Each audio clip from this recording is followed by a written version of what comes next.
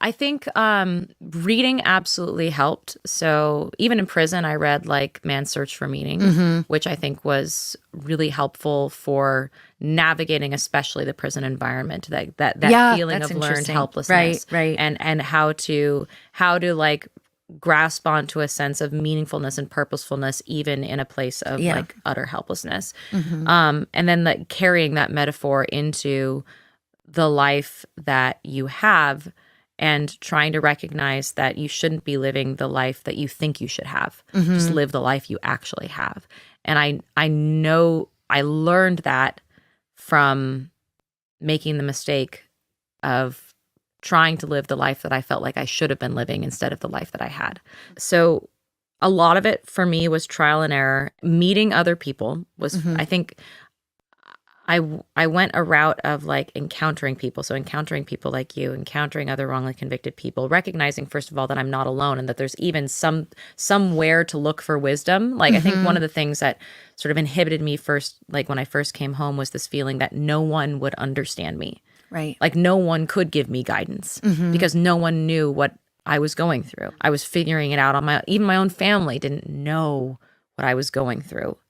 And I had to figure it out by myself. And the only way that I could think to do that was by timid, fragile trial by error. Hmm. And then I met other people who had been through similar experiences. Or even, I made a friend in my poetry class who really resonated with like the poetry that I was writing, which again was not explicitly about prison, but it had like I was talking in a roundabout way about that learned helplessness in my poetry. And one day she approached me and was like, "Oh my God, you're Amanda Knox." And inside me, I like felt my heart Yeah. fall from here to here.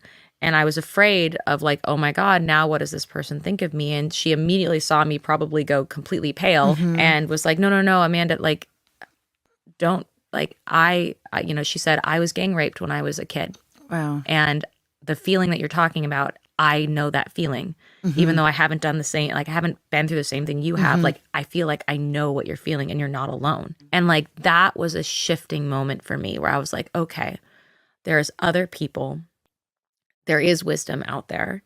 And again, a little bit trial by error, but like ultimately coming to meditation, coming to stoicism, um, not through the traditional routes because those tend to be fairly broy.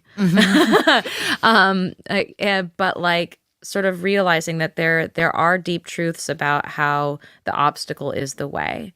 And like there is the moving towards the thing that scares you is the thing that diminishes its power over you. Like these are all like stoic truths that have deep resonance with me. And I think we're in part informed by the fact that I was an athlete when I was a kid. So like I Hmm. recognized that some things that are good for me also feel painful in the moment. But Interesting. like ultimately if you know what you're striving at and if you know how to get something from a painful experience, like you will get it. Like I knew that I'm very good at enduring. Like if there's one skill that I have, it is that I can endure. And Hmm. so what do I take from that? What guidance does that give me as I learn how to navigate and rediscover my inner compass? Is like, okay, I know that I can endure. I also know that I'm not alone and that I should reach out and ask for help. And then, of course, making mistakes that help me to recognize, that help me to recalibrate my inner compass, and having Yeah. a world that allows me to make some mistakes so that I can recalibrate my inner Yeah. compass. I struggled. I still struggle, but I struggled a lot early on with, I think I held a construct of my mistakes are expensive. Oh, yeah.